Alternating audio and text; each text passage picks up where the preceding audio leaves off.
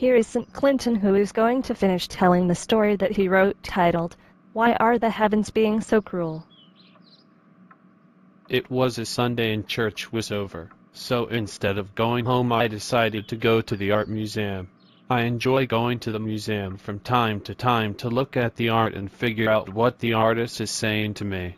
Yeah, the experts can talk about what they think the artist was trying to say, but I have my own mind and can think for myself. Besides, it's much more fun my way, as it permits me to make up fun stories about the art and artist. I was standing there looking at a piece by Monet, which I found real interesting. I was thinking about him as he made each stroke with the brush and wondering if he was really happy with the end result. Suddenly I felt myself being wrapped up in someone's arms. Then it came. Yes, that voice that was telling me that the heavens were going to be cruel to me again. We went from painting to painting, room to room, looking at all of the artwork.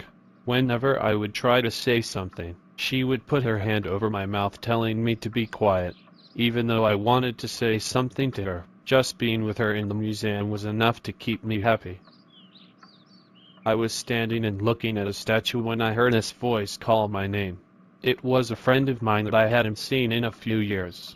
He told me that he was the head of the museum now, and asked if I would be interested in seeing the newest piece of artwork that has just arrived. He told me that he had never seen anything as beautiful as it and that he thinks that I would enjoy it. I said sure, then turned to bring her with me, for surely it would be great to see this with someone as beautiful as her. But when I looked around, she was nowhere to be found. I asked him if he saw what happened to her, but he didn't know what I was talking about, as when he saw me I was alone. Oh my mind, I must be losing my mind. Why are the heavens being so cruel to me? We walked over to a door where he pulled out a card that let us in. Down a hallway, then into another. I saw some guards standing there when my friend lifted his hand to show them his card, then told them that it was okay as I was with him. We walked into the room and there stood a large crate on some wheels. He took a hammer and used his claws to open up the crate, and inside stood a statue. I walked up closer and suddenly realized that it was her. This was a perfect statue of her. Was she some kind of goddess from the past that has come back to haunt me? All that I could do was stand there and marvel. I asked him when it had arrived, and he told me that it had come in about 2 days earlier, and that this was only the second time the crate had been opened. I asked him what the name of the statue was, but he said that the artist chose not to tell anyone. I began to wonder why the heavens were being so cruel to me. Some time had gone by, and I decided to go to the Cliff House in San Francisco for dinner one night. I had provided some music for a service and the family had given me some money for my work. I would have actually done the service for free, as the child the service was for was very special to me. I was given an excellent table right next to a window that overlooked the ocean, and with the fog not coming in at night it was wonderful looking out at the horizon and seeing the stars and ships in the night.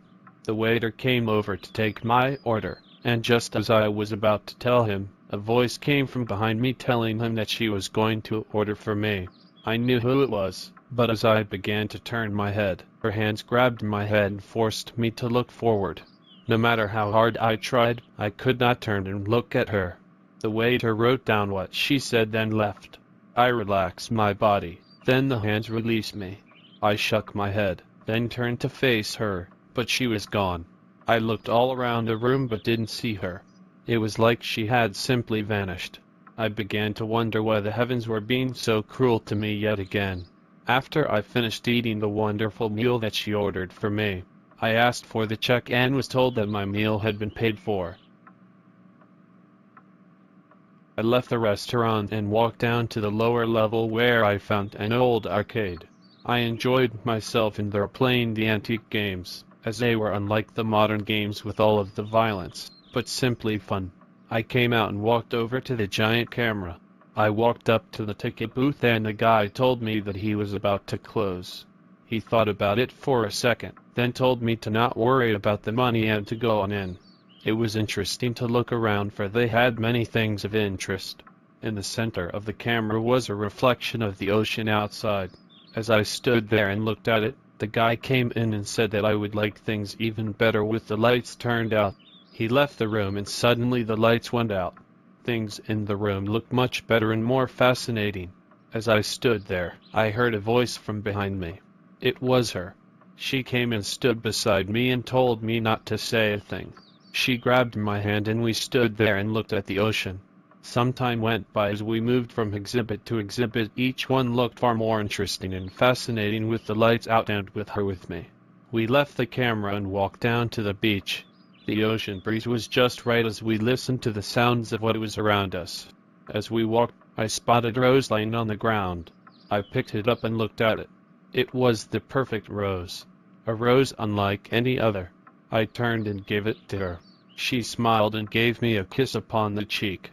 We walked a little further. Then we turned and looked at the ocean. She said that we should close our eyes for a minute and listen to the sounds of the night. The sounds were wonderful as I just listened. When I opened my eyes a few minutes later to tell her that I really wanted to get to know her, she was gone. I looked all around, but she wasn't there. All that I could do was to look up into the sky and wonder why the heavens were being so cruel to me.